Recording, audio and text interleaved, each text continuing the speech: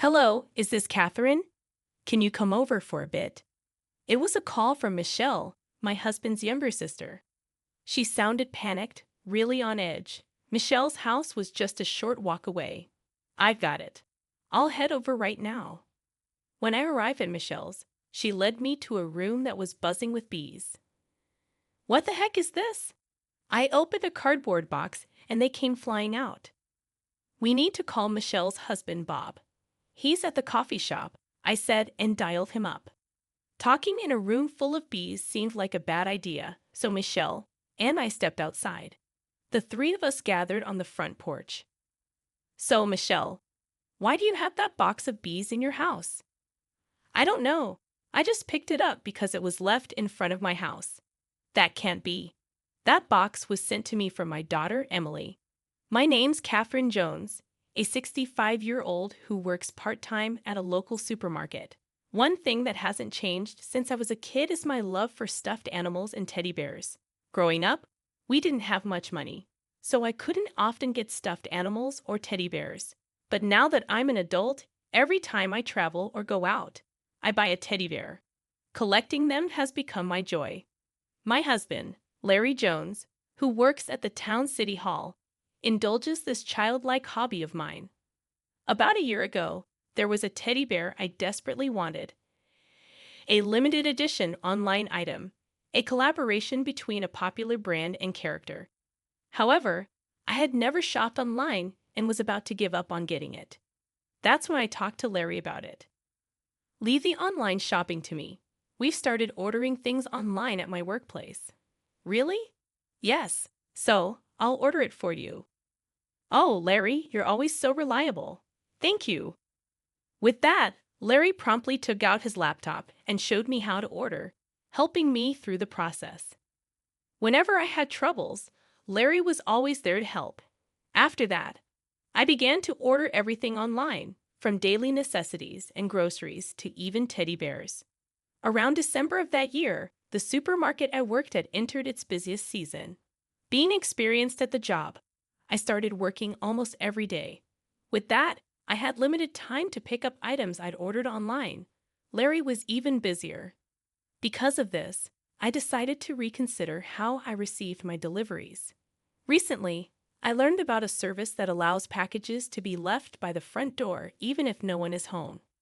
Since then, I've been primarily using this option for my deliveries. Just the other day, while I was on break at work, I received an email notification that my package had been delivered. This was nothing new. I'd received similar emails many times before. However, when I got home later, something seemed off. As I entered my house's gate and approached the door, I glanced around but couldn't find the package in its usual spot. Puzzled, I stepped back outside the gate. Strange, I muttered, hearing the sound of crows in the sunset-colored sky. Larry hadn't returned from work yet, but he should be home soon with dinner to prepare. So I put the delivery issue aside and went inside to start cooking. As I focused on preparing dinner, I completely forgot about the missing package. The next few days were busy with house chores and work, and I didn't find the time to address the undelivered package. Then, one Sunday morning, while watching the news, Larry mentioned, "I'm in the mood for that omelette from the cafe." Larry was referring to a cafe owned by his sister Michelle and her husband Bob, who was the chef there. Since both of us had a rare day off, we decided on a whim to visit that cafe. "Would you like to go to that cafe?" Larry asked. "That sounds good. Let's go." I agreed. Although we call it our favorite spot, we only visit about once a month, usually when one of us expresses a desire to go. This is because Bob's omelettes are exceptional and one of Larry's favorite dishes. The cafe was just around the corner from our house. Under a cloudless blue sky, we walked towards it. Upon opening the cafe door, a metal doorbell jingled. "Welcome." "Hey, here you are. Thanks for coming in. Please take a seat at the counter," Michelle greeted us. We were guided to seats right in front of the kitchen counter. Well, both of you together. How are y'all doing?" Bob asked cheerfully. "As always, we're doing well," Larry replied. Even though there were only 4 people inside, the atmosphere felt bustling. I love this cheerful vibe. This place is wonderful, I thought. Bob, can we get two of the usual? Larry asked. Leave it to me, Bob replied. Bob skillfully cracked and whisked 4 eggs, poured them onto a pan, shaped them, and served them onto 2 plates. Lastly, he added some Italian parsley and passed them to Michelle. Here you go, 2 servings of omelettes. This is so delicious, Larry remarked. I've had it many times and I always crave it. After we finished eating, we were served coffee. This dish is always so tasty, isn't it? Thank you, I said appreciatively. With that, Michelle sat across the counter facing me. That's when I noticed something. Michelle was wearing earrings that looked just like the ones I had ordered online. Michelle, those earrings are so cute. Where did you get them? I asked. Michelle smiled and replied, Oh, really? Thank you. I got them online. Yeah, online shopping sure is handy, I commented. Yep, that's right. But when I'm running this cafe all the time, I hardly get back home during the day. I don't even have time to receive packages, Michelle explained. Well, how about asking to have your packages left by the door? I suggested to Michelle.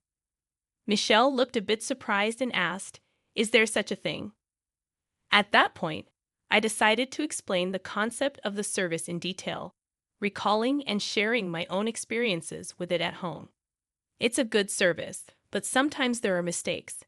There have been a few instances where I haven't received my packages, even though I've paid for them. I really should call the courier company about it. But I just haven't had the time, I explained. Michelle responded empathetically. Oh, I see. So that happens. I took this moment to check the status of my packages to be delivered. At the top of the list, the limited edition teddy bear I ordered was shown as preparing for shipment.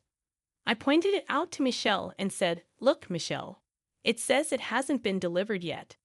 Then I pointed to the second item, which read delivered. It was a cosmetic product. This should have already arrived at my place, but it hasn't. That's strange, I remarked. I hope you find it, Michelle said. At that moment, I looked over at Larry. He and his friends were having a different conversation, but soon joined in on our topic.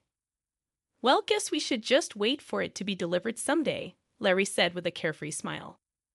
Larry's always been such a laid-back guy. He doesn't seem to take things too seriously. We continued our casual chat for a while before leaving the cafe. On the way home, I impulsively checked the delivery history on my smartphone. Nothing had changed. Most of the packages were marked as delivered. I wondered why it hadn't arrived and thought of various possible reasons. Maybe the local post office was holding it, or it got delivered to the wrong house. I was pretty sure no one in my neighborhood would just take a package left outside someone else's door. Right now, I was mostly concerned about whether that limited edition teddy bear would be delivered as promised. Whether or not I pursued the issue would depend on if that teddy bear arrived. That's what I was thinking to myself. 2 days had passed since I went to the coffee shop. Right after work, I eagerly checked my smartphone. At last, the delivery status of the limited edition teddy bear I had been longing for read delivered. I quickly changed out of my work clothes and started to walk home faster. Once home, I looked for the package, but I couldn't find a box anywhere. I still hadn't figured out why the package hadn't arrived at my place, and I was getting pretty frustrated. Up until now, the only items that hadn't been delivered were cosmetics and condiments, so I wasn't in a rush. But this time was different. The teddy bear I had been eagerly waiting for, which was supposed to be part of my collection, hadn't arrived. I decided to get to the bottom of this. That evening, I talked to Larry. I didn't receive the teddy bear that was supposed to arrive today, I told him. That's bad. How many times has this happened now? Larry asked. Probably about 3 times. Something's not right, I replied. Oh, I'm gonna call the post office now. Let's do that, Larry suggested. I called the nearest post office, but as expected, there was no good news. The delivery man answered the call. I can't find the package you said you left at the door, he informed me. Really? I'm sure I left it right in front of your door. I thought maybe you still had it. What's going on? I asked. Well, there's a possibility someone stole it. You might want to file a police report, the delivery man suggested. Thanks. I'll think about it, I replied. Both of our spirits seemed to sink. For some reason, I felt sorry for the delivery man too. Even if I wanted to file a theft report, I didn't have any solid proof and was hesitant. That's when Larry said, "Let's ask Emily. She might know a solution." Emily is our daughter, who turned 40 this year. Now she's married and living in her husband's house, seemingly swamped with chores and work every day. Thinking it might be easier to discuss with my daughter Emily, I decided to ask her for advice. "Hello, Emily. I've been having an issue for the past month. Packages I've been expecting haven't been arriving," I explained. Emily chuckled a bit and then came up with a wild suggestion. "I'm going to send over a box of bees. If we leave it out for delivery, maybe we can catch the thief red-handed when they open it. What do you think?" To be honest, the idea seemed way too bold, but it might be worth a try. "Can you really do that?" "Don't worry about it. We have a huge swarm of bees back home, and this might just help us catch the culprit quickly," Emily reassured me. I was skeptical but hopeful, so I waited for the bee-filled package. A few days later, after work, I checked my phone and saw that the anticipated delivery had been made. When I got home, just like always, the package was nowhere to be found. I wasn't sure if this was a good or bad sign, but there was nothing I could do about it. Honestly, I was about to give up. At that moment, my smartphone buzzed. It was a call from Michelle. "Hello, Catherine. Can you come over for a bit?" Michelle's voice sounded urgent, almost panicky. "Sure, I'll be right there." When I got to Michelle's house, she led me to her room, and to my surprise, the room was filled with bees flying everywhere. "Oh my gosh, what happened?" I exclaimed. "When I opened this box, this is what I found inside," Michelle explained. First, I was shocked to find bees buzzing all around the room, and even more shocked to find out that Michelle was the culprit. I thought I should call Bob, who should be at the coffee shop, so I dialed his number. Thinking it'd be difficult to discuss in a room full of bees, Michelle and I stepped outside. The three of us gathered at the front door. I then asked Michelle, "So, Michelle, any idea why there's a box of bees in this house?" "I have no clue. I just picked it up and opened the box that was outside," Michelle replied. "That can't be right. That box was sent to me from my daughter, Emily," I pointed out. "I told you I don't know," Michelle insisted. "Michelle, did you steal it?" I asked. "No, I didn't. I swear." Michelle raised her voice. "If you say you didn't, mind if I take a look inside? Maybe other stolen stuff might pop out," I suggested. "No way. Let me check the room quickly," Michelle said, not letting me enter. I had no choice but to wait outside.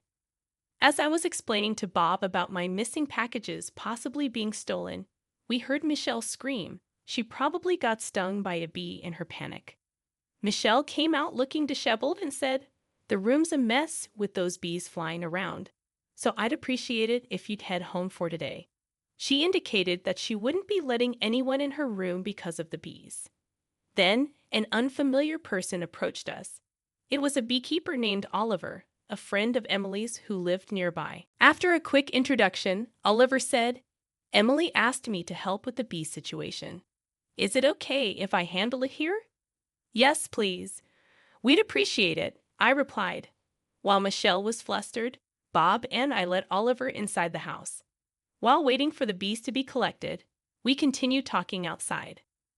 "I guess we'll be able to check the room today," Bob remarked. "But I've only got stuff I bought." "There's no point in checking," Michelle suddenly asserted, clearly intending to insist that everything in there was hers. 30 minutes later, Oliver completed collecting 900 honeybees. Shocked by the sheer number of bees, the three of us entered the room. I took a quick look around and then started searching every corner. To my surprise, I found daily necessities like fabric softener and cosmetics I had ordered, scattered here and there. "So you've been taking all of these too, huh?" I confronted Michelle. "No, I told you." Michelle began, but I showed her the order history on my phone with those products listed.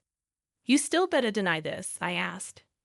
Well, there's a chance we just bought the same things, right? Michelle replied, slightly exasperated. I didn't give up. I continued searching for the teddy bear, and near the edge of the sofa, I found a familiar-looking teddy bear. Is this teddy bear also one you bought? I questioned Michelle. Yes, Michelle replied. I knew this teddy bear was a limited edition, and each had its own serial number. So I checked the number for my teddy bear on my phone and compared it to the number on this one. Both had the same 5-digit number. This teddy bear is mine. See, it has the same number. I showed it to Michelle and Bob. I didn't know modern stuffed animals could do that, Bob muttered, while Michelle just sat on the sofa and looked down silently. So it was you who was stealing from her house every time? I asked Michelle. Yes. Michelle's voice grew heavy. What did you take? You haven't been using them all this time, have you? I pressed further. I used a bit of the toner and some imported seasonings, Michelle confessed. Why would you do something like that? More than being angry about having things stolen, I wanted to know her motive. I was out of money. The amount I was spending exceeded what I had, that's all, Michelle explained. But why spend so much? What did you spend it on? I probed. Well, Michelle's words faltered, and she seemed hesitant to talk about it. Suddenly, Bob moved quickly and picked up a piece of paper that had fallen under the couch. Hey, what's this? Don't tell me you've been. Bob trailed off, showing us a piece of paper with numbers and an amount. I'm sorry, I got really into it, Michelle admitted. The paper Bob showed was a horse racing ticket. It turned out that Michelle had gotten heavily into horse racing and used the money she saved by using my stolen items on bets. Then Bob dropped another bombshell. You didn't by chance take money from our cafe's earnings, did you? Just a little bit, Michelle confessed. I knew something was off with the profits. How could you? Bob was clearly upset. It turned out she had embezzled tens of thousands of dollars from their cafe. I'm so sorry. I promise I won't do anything like this again. Please forgive me, Michelle cried loudly, apologizing. But for me, having my cherished teddy bear stolen even once was unforgivable. Her apologies did nothing to move my heart. Bob looked equally irritated. Turns out she had embezzled tens of thousands of dollars from their cafe, I informed Bob. Shall we meet in court? Bob suggested. With solid evidence in hand, Bob and I decided to file a police report. Bob decided to get divorced from Michelle. After that, charges of theft concerning my belongings and embezzlement in the course of her duties were brought against Michelle. She was eventually arrested, and we were satisfied with the outcome. Bob's Cave hired part-time workers, and sales began to rise steadily. By the way, I was given the opportunity to become the part-time team leader there. Michelle got arrested, I heard Larry mentioned.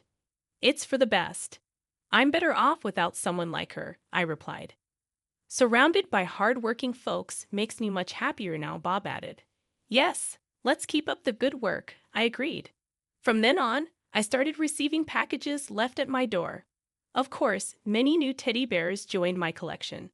Larry and I even went on trips to collect limited edition teddy bears from various places. And every day is blissful surrounded by all these teddy bears with Larry.